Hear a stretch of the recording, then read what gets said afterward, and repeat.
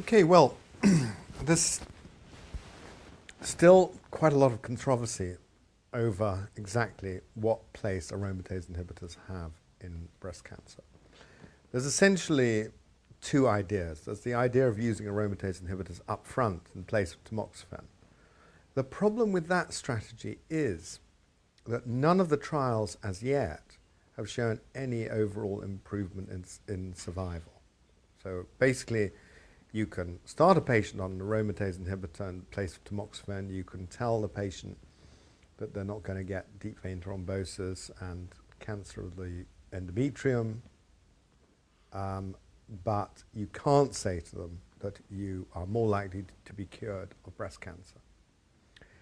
So what we did some years ago, because of obviously what we do in clinical practice is we use tamoxifen first in metastatic disease, and then when they relapse, they often relapse with ER-positive breast cancer. And then if you put them on an aromatase inhibitor, they then get a second remission. So we figured that in order to improve overall survival, that would be the way to go. Instead of just giving one or other, give one first and then the other. So that, in other words, treating micrometastatic disease as if it was metastatic disease. Adjuvant setting. In the adjuvant setting. Now, of course, the problem with that approach is that we have got no marker. There's no marker of micrometastatic disease, so we don't know when to initiate this second treatment. So we had to take a guess, and we guessed the sort of 2 to 3 year time point. Now, in fact, what's happened is that the analysis which I've just presented this morning shows that you do get an improvement in overall survival, which is great news. We presented the initial... Over tamoxifen all the way through. Exactly. So the p-value is just significant. It's not a great p-value. It's 0.04, but it is an improvement, and the disease-free survival, I think the p-value is 0.001. So it's a definite improvement there. Yeah. And this is with exemestane? This is with exemestane, but I think probably all the aromatase inhibitors are the same. You have letrozole or anastrozole. They're all very, very similar.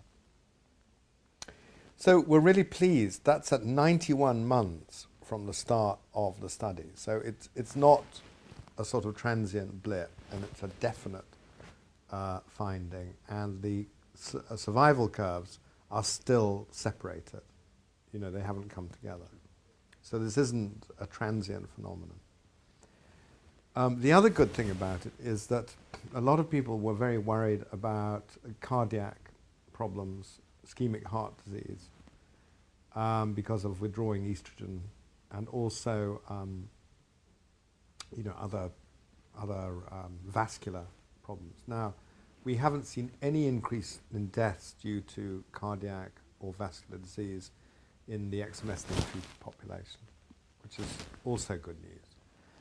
The only problem appears to be there's an increase in number of fractures. There's around, I think it's a significant increase, but we have conducted a study using bone mineral density measurements. And we found that as long as bone mineral density is okay at the start, then there's no risk over the the tamoxifen actually reduces calcium loss. So it actually promotes strengthening, as it were. So the subsequent 2 or 3 years of aromatase inhibitors, you do get a slight increased number of fractures, but when you stop, the bone mineral density comes together with the normal population. So the body corrects itself. So as long as people measure bone mineral density before, and also blood pressure, there's also a slightly odd finding that you get a slightly higher instance of high blood pressure at the end of the exemestane treated people. So we're telling clinicians to measure blood pressure, measure bone mineral density. If it's okay, start treatment. If the bone mineral density is all right, you don't need to repeat it, because it'll be all right at the end. That's what we've shown. If the blood pressure is high, it needs lowering, and you need to check blood pressure every 6 months. And that's really And if the news. bone mineral density is not normal, would you give a bisphosphonate? Yeah, well, if it's osteopenia, the recommendation in the UK is to give calcium and vitamin D. If it's osteoporosis, we use, weekly alendronate or another bisphosphonate. Yeah.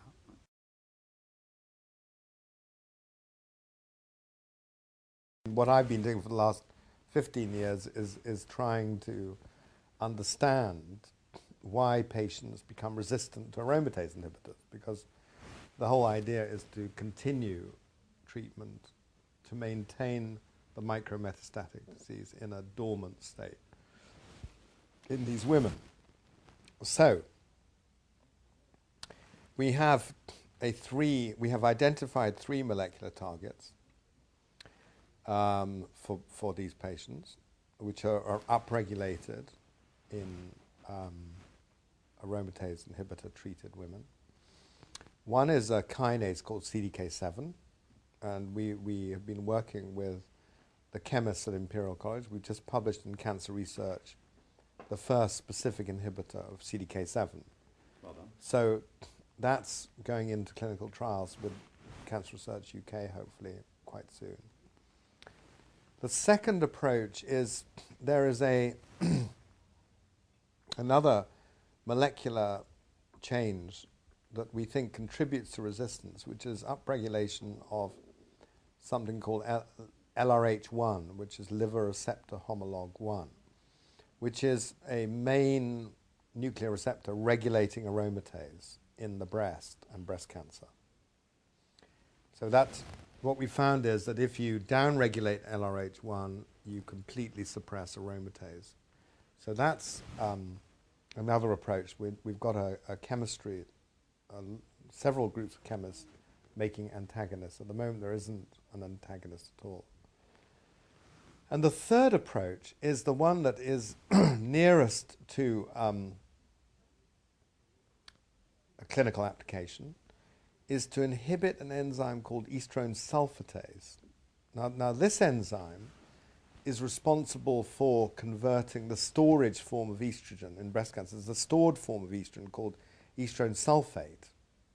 And what it does is it cleaves off the sulfate moiety, releases free estrone into the breast cancer cell, which then bypasses the aromatase pathway, which obviously works by blocking estrogen synthesis. And so the released estrogen then goes and causes proliferation.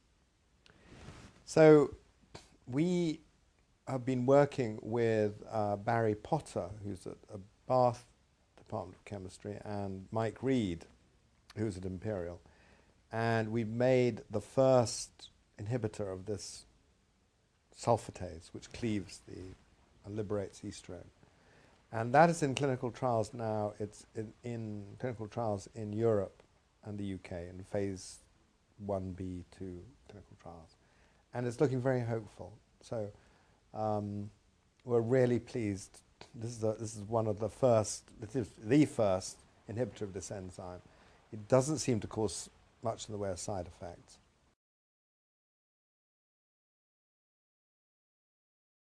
Estrone sulfatase is responsible for cleaving the sulfate off estrone and liberating it. And it seems that it's activated when the breast cancer cell senses that estrogen is really low. So when you've given a patient an aromatase inhibitor, estrogen falls and there's this feedback which then upregulates estrone sulfatase, cleaves off the sulfate, and it's a very clever way of the breast cancer cell feeding itself more estrogen to get growing again. Exactly. So we're really excited by this. Choosing patients with aromatase Resistant. Metastatic disease. Yeah, we've been using it now. We've treated at least, I think, 50 patients. What's the drug called? It's called Sterix 194. Okay. It's actually being marketed by Ibsen. Okay. And I don't know what they call it. But we're really excited. That's the first drug, in a way, that's the it's the next one after aromatase inhibitors. And hopefully, I mean, my idea would be to use it in sequence. Again, not together, but following a couple of years aromatase rather than just leaving the patient with nothing. You give them a year of this compound.